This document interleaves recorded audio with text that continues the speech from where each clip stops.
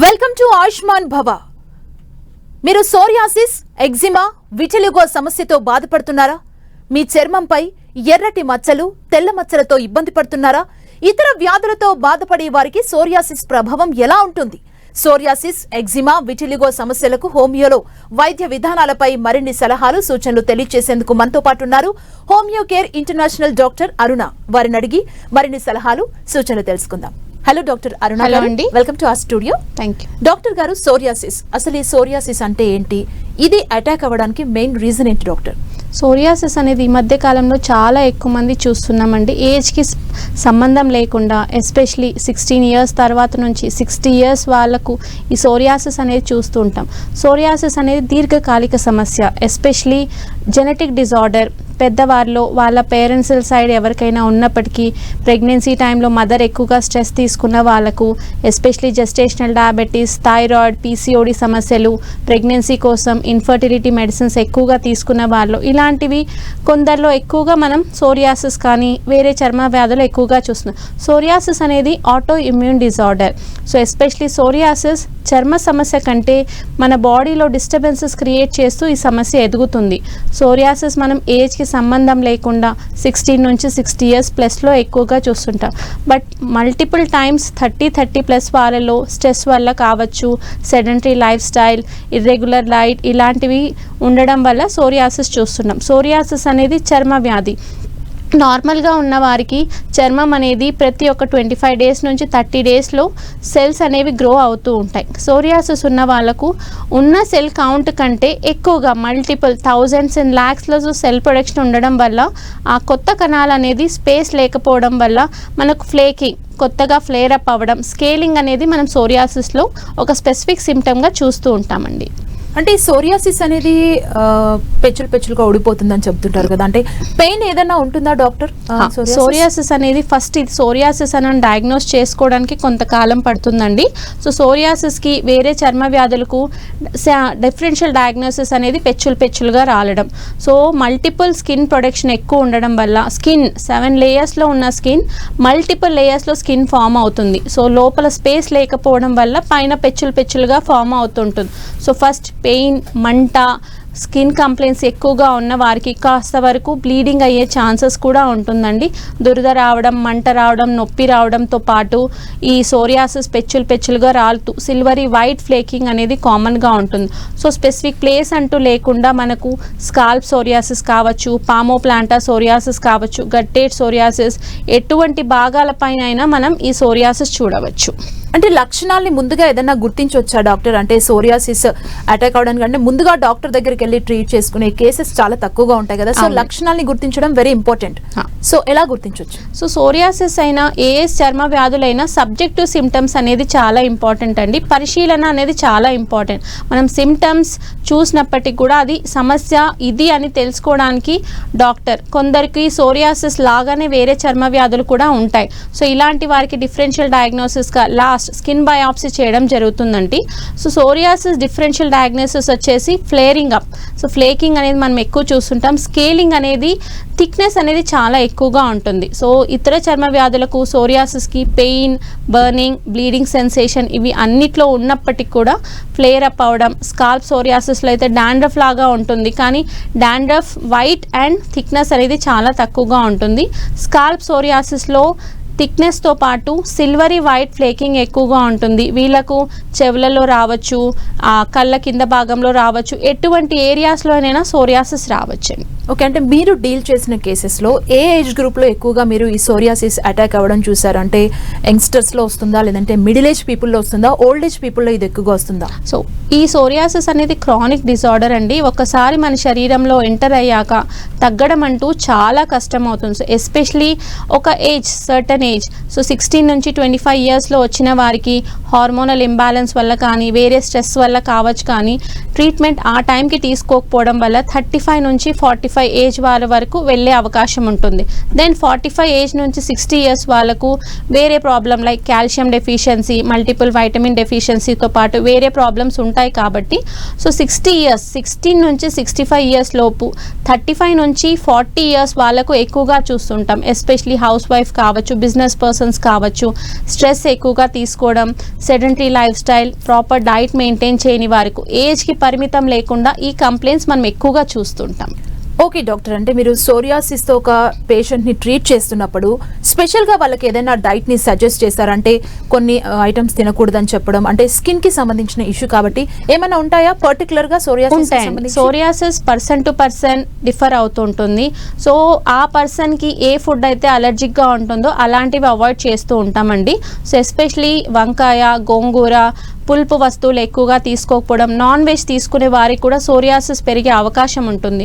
Psoriasis winter aggravating disease అండి. So especially first 6 మంత్స్లో psoriasis complaints చాలా తక్కువగా ఉంటాయి. సెకండ్ 6 మంత్స్ వెదర్ చేంజ్ అయ్యాక సమ్మర్ నుంచి రెయినీ సీజన్ నుంచి వింటర్ సీజనల్ చేంజెస్తో సోరియాసిస్ పెరగడం స్టార్ట్ అవుతుంది. ఇలాంటి వారు కోల్డ్ వెదర్కి ఎక్స్పోజ్ అవ్వకుండా డైట్లో పులుపు వస్తువులు, non veg, especially sea foods ఇలాంటివి అవాయిడ్ చేసినట్లయితే కంప్లైంట్స్ అనేవి లోపల ఉన్నప్పటికీ ఫ్లేర్ అప్ అయ్యే అవకాశం చాలా తక్కువగా ఉంటుందండి. ఓకే డాక్టర్, అంటే ఈ సోరియాసిస్ గురించి ఇప్పటివరకు మీరు చెప్పారంటే ఫీమేల్స్లో అటాక్ అయ్యే ఛాన్సెస్ మీరు ఎక్కువగా చూసారా? మీ కేసెస్లో మీరు ట్రీట్ చేసినాయి, మేల్స్లో ఎక్కువగా మీరు చూడడం జరిగిందా? చాలా మటుకు అండి 30% to 50% ఫీమేల్ కేసెస్లోనే మనం ఎక్కువ చూస్తుంటాం అండి. కంపేర్ టు మేల్స్ స్ట్రెస్ ఎక్కువగా ఆడవారు తీసుకుంటూ అంటారండి. హౌస్ వైఫ్స్ కావచ్చు, వర్కింగ్ ఉమెన్ కావచ్చు, వర్క్ బ్యాలెన్స్ చేసుకోలేని వారు, స్లీప్ డిస్టర్బెన్సెస్ ఉండేవారు, ఇతర హార్మోనల్ డిస్టర్బెన్సెస్, కాల్షియం డెఫిషియన్సీస్, వేరే ప్రాబ్లమ్స్తో బాధపడేవారు, ఎక్కువగా మల్టిపుల్ ఇష్యూస్తో బాధపడే వారికి సోరియాసిస్ అనేది ఒక సమస్యలాగా తయారవుతుంది. సోరియాసిస్ ఫుడ్కి అండ్ మెడికేషన్ యూస్ చేసే వారికి ప్రాబ్లం లేకుండా ఎటువంటి ఏజ్ వారికైనా వస్తూ ఉంటుందండి. చాలా మటుకు మనం చూస్తున్న 50 to 60% ఆడవారిలో ఉన్నట్లయితే 30 to 40% మాత్రమే మగవారిలో వస్తూ ఉంటుందండి. వాళ్ళ ఇమ్యూనిటీ సిస్టమ్ ఆడవారితో కంపేర్ చేసుకుంటే కొంత స్ట్రాంగ్ ఉంటుంది కాబట్టి సో ఆడవారికి ఎస్పెషలీ మిడిల్ ఏజ్, సో 35 నుంచి 45 ఏజ్ వారికి మెనోపాజ్ స్టార్ట్ అవుతున్న వాళ్ళకు మనం ఈ కంప్లైంట్స్ ఎక్కువగా చూస్తూ ఉంటాం. ఓకే డాక్టర్, అంటే ఈ సోరియాసిస్ అటాక్ అయ్యి ట్రీట్మెంట్ చేసుకుంటున్న ఒక పేషెంట్ వాళ్ళ లైఫ్ స్టైల్ని ఎలా మార్చుకోవాలి, ఫుడ్ కావచ్చు, ఎలా మీరు చెప్పే సలహాలు సూచనలు ఏంటి? సో ఎస్పెషలీ సోరియాసిస్ అనేది డ్రై స్కిన్ ఉన్న వాళ్ళకు వస్తుందండి. సోరియాసిస్లో మనకు చాలా రకాలు ఉంటాయి. Scalp psoriasis, palmo planter psoriasis, guttate psoriasis. So scalp psoriasis అనేది సోరియాసిస్ ఓన్లీ చెవుల దగ్గర, తలలో మాత్రమే ఉంటుంది. ఇలాంటి వారు కెమికలైజ్ షాంపూస్ అవాయిడ్ చేయాల్సి ఉంటుంది. చాలా మటుకు ఈ పేషెంట్స్ ఏమవుతుందంటే డాండ్రఫ్ అని మిస్గైడ్ చేసుకొని యాంటీ డాండ్రఫ్ షాంపూస్ యూస్ చేయడం స్టార్ట్ చేస్తారు. సో డాండ్రఫ్కి, సోరియాసిస్కి చిన్న థింగ్స్తోనే డిఫరెన్షియస్ ఉంటాయి. సో డాండ్రఫ్ అని చెప్పి మనం యాంటీ డాండ్రఫ్ షాంపూస్ యూస్ చేయడం వల్ల సోరియాసిస్ అనేది అగ్రవేట్ అయ్యే అవకాశం ఉంటుంది. సో స్కిన్ హెయిర్ పోవడంతో పాటు స్కిన్ కంప్లైంట్స్ కూడా స్టార్ట్ అవుతుంది. డాండ్రఫ్ ఓన్లీ హెయిర్ వరకే ఉంటుంది కాబట్టి స్కిన్ డ్యామేజ్ అనేది జరగదు. సో సోరియాసిస్ ఉన్న వాళ్ళకు స్కాల్ప్లో కెమికలైజ్ షాంపూస్ కాకుండా హార్మ్లెస్ యాంటీసెప్టిక్ మనం యూస్ చేస్తున్నామంటే కెమికల్స్ లేని shampoos, especially natural shampoos use చేసినట్లయితే స్కాల్ప్ సోరియాసిస్ కొంతవరకు బెటర్ అయ్యే అవకాశం ఉంటుంది. లాంగ్ హెయిర్, షార్ట్ హెయిర్ అయినప్పటికీ కూడా వీక్లీ ట్వైస్ హెయిర్ వాష్ చేస్తూ ఆయిల్ అప్లికేషన్ రెడ్యూస్ చేసుకోవాల్సి ఉంటుంది. ఎక్కువగా స్కిన్ థిక్నెస్ ఎక్కువ ఉండే వాళ్ళకు ఆయిల్ ఫార్మేషన్ ఎక్కువగా చూస్తూ ఉంటాం. సో స్కాల్ప్ సోరియాసిస్ ఉన్న వాళ్ళకు ఆయిల్ ఫామ్ అవ్వకుండా ఉన్నట్లయితే కొంతవరకు బెటర్ ఉంటుంది. నెక్స్ట్ పామో ప్లాంటార్ సోరియాసిస్ అనేది ఓన్లీ అరిచేతులకు, పాదాలకు మాత్రమే వస్తుందండి. ఇలాంటి వారు ఎస్పెషలీ హౌస్ వైఫ్స్ డిటర్జెంట్స్ అవాయిడ్ చేయాలి అండ్ వాషింగ్ యుటెన్సిల్స్ ఇలాంటివి అవాయిడ్ చేసుకుంటూ కటింగ్ ఇలాంటివి ఏదైనా కెమికల్ వస్తువుకి అవాయిడ్ చేసుకున్నట్లయితే కొంతవరకు బెటర్గా ఉంటుంది. బాడీ మీద ఉన్న సోరియాసిస్ చలికాలంలో ఎక్కువగా పగలడం, మంట, నొప్పి వస్తూ ఉంటుంది కాబట్టి ఇలాంటి వారు body lotion, moisturise creams use చేసినట్లయితే సమస్య రాకుండా ఉంటుందండి. ఓకే డాక్టర్, అండ్ విటిలిగో అంటే ఏంటి డాక్టర్? విటిలిగో అనేది ఒక దీర్ఘకాలిక సమస్య అండి. Auto immune disorder. మన బాడీలో ఇమ్యూనిటీ సిస్టమ్ అనేది స్ట్రాంగ్గా ఉన్నంత వరకు ఎటువంటి సమస్యలు రాదు.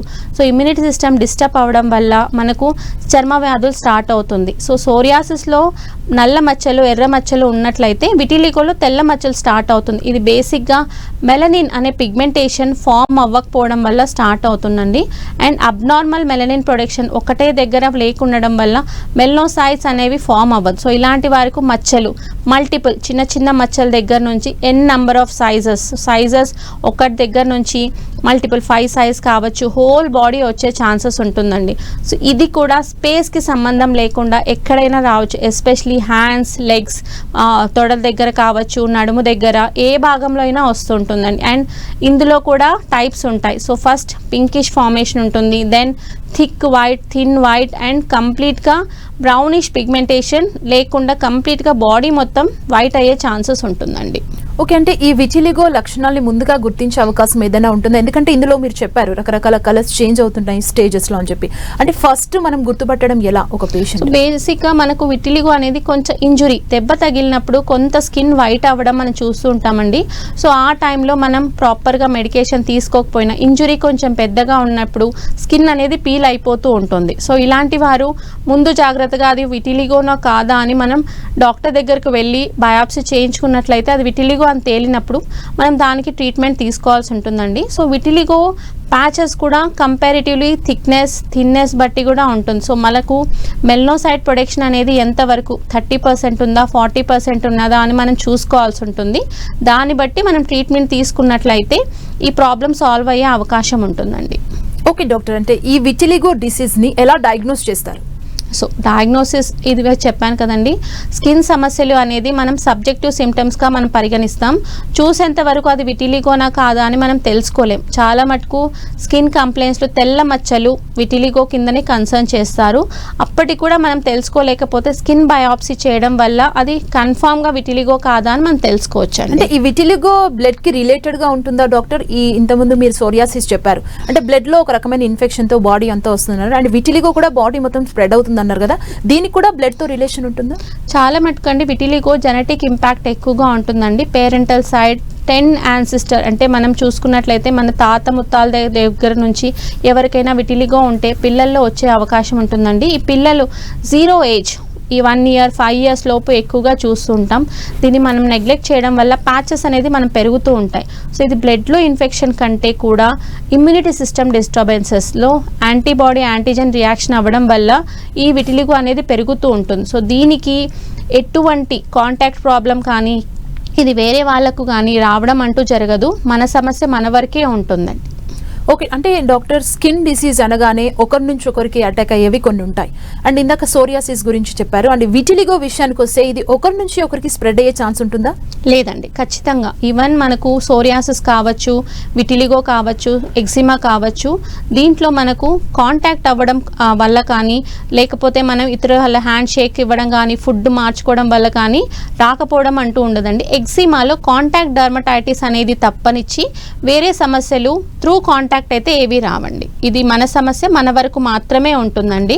సో విటిలిగోలో ఏమవుతుందంటే దురద, మంట ఇలాంటి చర్మ సమస్యలు ఏమీ ఉండదండి. ఓన్లీ కాస్మెటిక్ ప్రాబ్లంగా దీన్ని మనం పరిగణిస్తాం. చూసేవారికి ఇబ్బందికరంగానే ఉంటుంది తప్పనిచ్చి మనకు ఈ సమస్య వల్ల ఏ ఇబ్బంది ఉండదు. సో ఇచ్చింగ్ రావడం కానీ మంట రావడం కానీ అలా ఉండదు. కానీ మనం దీనికి టైంకి ట్రీట్మెంట్ తీసుకోకపోవడం వల్ల సైజ్ పెరిగే అవకాశం ఉంటుంది, నంబర్స్ పెరిగే అవకాశం ఉంటుంది, హోల్ బాడీ వచ్చే అవకాశం ఎక్కువగా ఉంటుంది.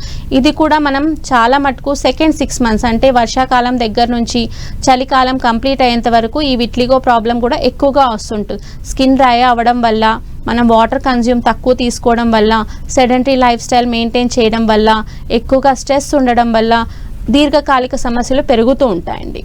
ఓకే డాక్టర్, అండ్ సోరియాసిస్ కి మాత్రం ఎక్కువ రోజులు ట్రీట్మెంట్ చేయించుకుంటూనే ఉంటుంటారు మనం చూసాం. అండ్ ఈ విటిలిగో విషయానికి వస్తే ఇది కూడా సేమ్ సోరియాసిస్ లాగా ఎక్కువ రోజులు ట్రీట్మెంట్ చేయించుకోవాల్సిన అవసరం ఉంటుందా, లేదంటే ఒక 6 నెలలు అట్లా ట్రీట్మెంట్ చేయించుకొని తగ్గించుకునే ఛాన్సెస్ ఉంటాయా? ఈ డిసీజ్ ఎలా ఉంటుంది? ఓకే, సో బేసిక్గా అండి సోరియాసిస్కి విటిలిగోకి చాలా డిఫరెన్స్ ఉంటుందండి. సోరియాసిస్ అనేది మనం చూస్తుంటాం, స్ట్రెస్ పెరగడం వల్ల సోరియాసిస్ పెరుగుతుంది.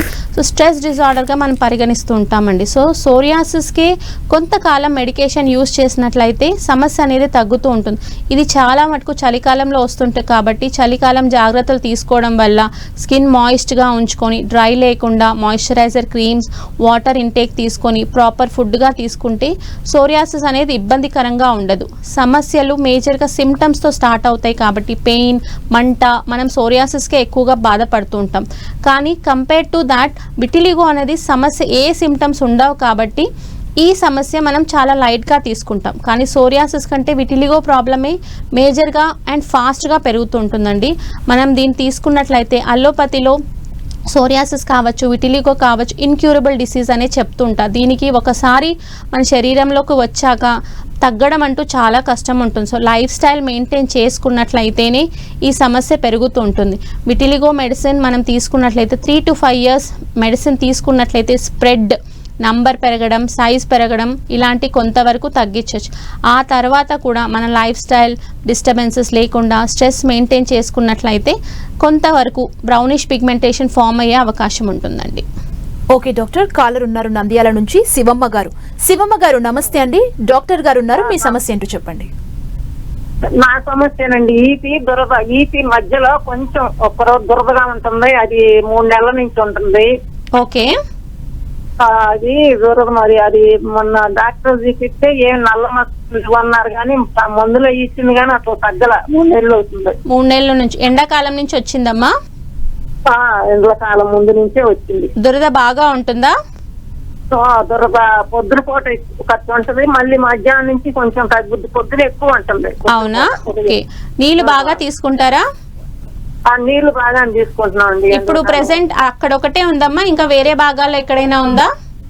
ఇంకెక్కడా లేదు. అరికాలు ఒక్కసారి దురద ఉంటుంది, అరికాలు. అవునా? సో అక్కడ మచ్చలుగా ఉన్నాయా? మచ్చలు ఏమి లేవు అంద మేడం చూసి, మచ్చలు ఏమి లేవు అని ఇచ్చింది మందులు, కానీ మరి వాటికి ఏం పని చేయాలి. ఈ నంద్యాలలో మేడం దగ్గరికి పోయాలి. మరి ఎందుకనో ఏం మచ్చల.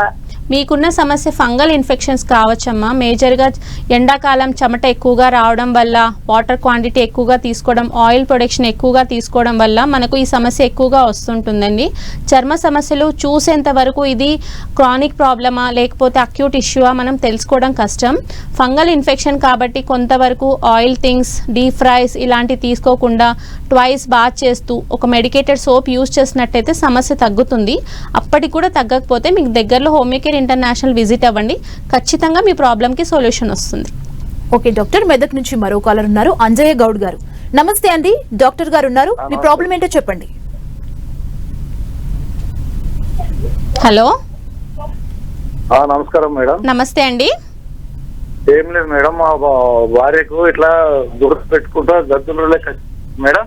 చెప్పండి. హలో, చెప్పండి. అయితే ఏం లేదు మేడం, దురద పెట్టుకుంటా అంత ఎర్రగా దద్దులలాగా వచ్చి అట్లే దద్దులలాగా వచ్చి అంత. ఎన్ని రోజుల నుంచి ఉంది ఇది? ఇట్లా ఒక 2 months అయింది మేడం. స్కిన్ డాక్టర్ చూపించాము సిటీలోనే, ఓకే, యశోదలో. చూపించా కానీ మందులు రాసిచ్చారు మేడం, ఏం తగ్గుతలేదు. ఓకే, అంత దురద వచ్చుకుంటే ఇట్లా ఎర్రగా దద్దులు లెక్క అంత మచ్చలు అవుతుంది మేడం, ఇట్లా కడుపు ఇట్లా. ఓకే, మళ్ళీ అవి ఆటోమేటిక్గా తగ్గిపోతాయండి. ఓకే, సో మీకున్న ప్రాబ్లమ్ని అర్టికేరియా అంటారండి, స్కిన్ అలర్జీ. సో ఈ స్కిన్ అలర్జీస్ ఎక్కువగా సమ్మర్ సీజన్లో చూస్తుంటాం. స్వెట్ ఫార్మేషన్ ఎక్కువ ఉండడం వల్ల, ఆయిల్ ఫార్మేషన్ ఎక్కువ ఉండడం వల్ల, ఎస్పెషలీ మనం కూల్ డ్రింక్స్ ఇలాంటి చల్ల వస్తువులు, ఏసీ ఎక్స్పోజ్ అవ్వడం వల్ల ఇలాంటి సమస్యలు ఎక్కువగా చూస్తుంటామండి. సో బాడీలో హిస్టమిన్స్ పెరగడం వల్ల ఈ సమస్య పెరుగుతుంది. So antihistamines medication, allopathy medicines మీరు వెళ్ళినట్టయితే antihistamine like cetirizine, levocetirizine, antifungal medication ఇస్తూ ఉంటారు. సో సమస్య తగ్గుతుంది, మళ్ళీ రిపీట్ అవ్వడం స్టార్ట్ అవుతుంది. మన ఇమ్యూనిటీ సిస్టమ్ తగ్గడం వల్ల ఈ ప్రాబ్లం పెరుగుతుంది. సో మంచి diet, proper life style maintain చేయడం. అప్పటికి తగ్గకపోతే దగ్గరలో హోమియోపతి విజిట్ చేయండి, ఖచ్చితంగా సొల్యూషన్ దొరుకుతుంది. ఓకే డాక్టర్, రాజేంద్రరావు ఉన్నారు కరీంనగర్ నుంచి. నమస్తే అండి, డాక్టర్ గారు ఉన్నారు, మీ సమస్య ఏంటో చెప్పండి. Sir madam. చెప్పండి సార్. మేడం, నాకు ఎగ్జిమా అంత అంటే కురుపులు అన్ని ఇట్లా అంటే పిలిపిరి టైప్ అంత చిన్నగా అయినాయి. ఓకే, డాక్టర్ గారు నేను లైవ్ చూస్తున్నా, ఒకసారి మీకు మాట్లాడమని. ఈ సమస్య మీకు ఎప్పటి నుంచి ఉంది? నాకు 1.5 years. అవునా? సో ఎగ్జిమా అని మీకు డాక్టర్ చెప్పారండి? చెప్పారు, నా బయాప్సీలో వచ్చింది. ఓకే, సో బేసిక్గా అనేది ఎగ్జిమా మనకు dry eczema, wet eczema. So eczema dermatitis అని కూడా అనొచ్చండి, కాంటాక్ట్ డర్మటైటిస్. మీకున్నది అటోపిక్ డర్మటైటిస్ అండి. సో స్కిన్ పై లేయర్ మాత్రమే ఎఫెక్షన్స్ ఉంటాయి. దీనికి stress, life style, sedentary habits, ప్రాపర్గా ఫుడ్ తీసుకోవడం, తీసుకోకపోవడం ఇలాంటి వల్ల ఎగ్జిమా అనేది పెరుగుతుంటుందండి. ఇంగ్లీష్ మందులలో chemicalize creams, steroid ointments, topical ointments ఇవ్వడంతో పాటు మెడికేషన్ ఎక్కువగా ఇస్తూ ఉంటారు. సో చాలా మటుకు రిలీఫ్ వస్తుంది, కానీ మెడిసిన్ స్టాప్ చేశాక మళ్ళీ వచ్చే అవకాశం ఉంటుంది. మీరు హోమియోపతి మెడిసిన్ యూజ్ చేయండి, ఎటువంటి టాపికల్ ఆయింట్మెంట్స్ లేకుండా మెడిసిన్ తోటి మీ ఇమ్యూనిటీ సిస్టమ్ పెరిగి ఖచ్చితంగా ప్రాబ్లం రూట్ లెవెల్ నుంచి తగ్గుతుంది. ఓకే డాక్టర్, నాగమల్లేశ్వరి గారు ఉన్నారు. నమస్తే అండి, డాక్టర్ గారు ఉన్నారు, మీ సమస్య ఏంటో చెప్పండి. మేడం, కాళ్ళ దగ్గర నుంచి ఎర్ర మచ్చల్లాగా వచ్చి పైకి వస్తున్నాయండి. ఓకే, ఎప్పటి నుంచి ఉందమ్మా? ఒక అంటే చిన్నగా పాదాల దగ్గర 2-3 సంవత్సరాల నుంచి చిన్నగా 4-5 వచ్చినాయి. ఓకే, ఇప్పుడు ఒక 6 నెలల నుంచి పైకి కాలు వరకు వస్తున్నాయండి. పైకి దురద, మంట అలాంటి సమస్యలు ఏమైనా ఉంటాయండి? దురద వస్తుందండి. అవునా, ఇంకేమైనా ప్రాబ్లమ్స్ ఉన్నాయండి? లేదండి. బరువు ఉంటారా మీరు ఎక్కువగా? ఎక్కువ అంటే 68 అలా ఉంటాయండి. మీ హైట్ కి మీరు బరువు అనిపిస్తారా? లేదండి, సరిపడా బరువు ఉంటాయి. ఓకే, సో బేసిక్గా ఏంటమ్మా, చాలా మటుకు ఒబేసిటీ వల్ల కావచ్చు, పీరియడ్ డిస్టర్బెన్సెస్ వల్ల కావచ్చు, మిడిల్ ఏజ్లో ప్రీ మెనోపాజ్ ఇలాంటి వారికి మెనోపాజల్ సిమ్టమ్స్ ఉన్నప్పుడు చర్మ సమస్యలు అనేవి మనం కామన్గా చూస్తుంటాం. Spots, dark spots, black spots కావచ్చు, రెడ్ స్పాట్స్ కావచ్చు, ఇలాంటివి ఎక్కువగా చూస్తుంటాం. సో స్కిన్లో ఆయిల్ ప్రొడక్షన్ ఎక్కువ ఉన్నప్పుడు ఈ సమస్య ఎక్కువగా ఉంటుంది. వాకింగ్ చేస్తూ ప్రాపర్గా రా వెజిటబుల్స్, మంచి డైట్ తీసుకున్నట్లయితే సమస్య అనేది, దురద అనేది తగ్గుతుందండి. సో స్పాట్స్ తగ్గాలి అంటే ఇంటర్నల్గా మెడిసిన్ తీసుకున్నట్లయితేనే స్పాటింగ్స్ అనేది కంప్లీట్గా పోతుంది. మీరు హోమియోకేర్ ఇంటర్నేషనల్ విజిట్ అవ్వండి, ఖచ్చితంగా దీనికి సొల్యూషన్ వస్తుంది. కొవ్వూరు నుంచి మరో కాలర్ ఉన్నారు, డాక్టర్ కృష్ణ గారు. కృష్ణ గారు నమస్తే అండి, డాక్టర్ గారు ఉన్నారు, మీ ప్రాబ్లం ఏంటో చెప్పండి. హలో హలో చెప్పండి సార్. డాక్టర్ గారు నమస్తే అండి. నమస్తే. ఈ ప్రెషర్ ప్రాబ్లం ఎక్కువగా ఉందండి నాకు. ఏం ప్రాబ్లం అండి? ప్రెషర్. ఓకే, ఫైల్స్ సంబంధించింది. ఓకే, మెడిసిన్ ఏమైనా తీసుకుంటున్నారా? ఈ ఇంగ్లీష్ మెడిసిన్ వాడుతున్నానండి నేను. ఓకే, గ్యాస్ ప్రాబ్లం ఏమైనా ఉందా మీకు? గ్యాస్ ప్రాబ్లం అంటే అది తక్కువగా ఉందండి.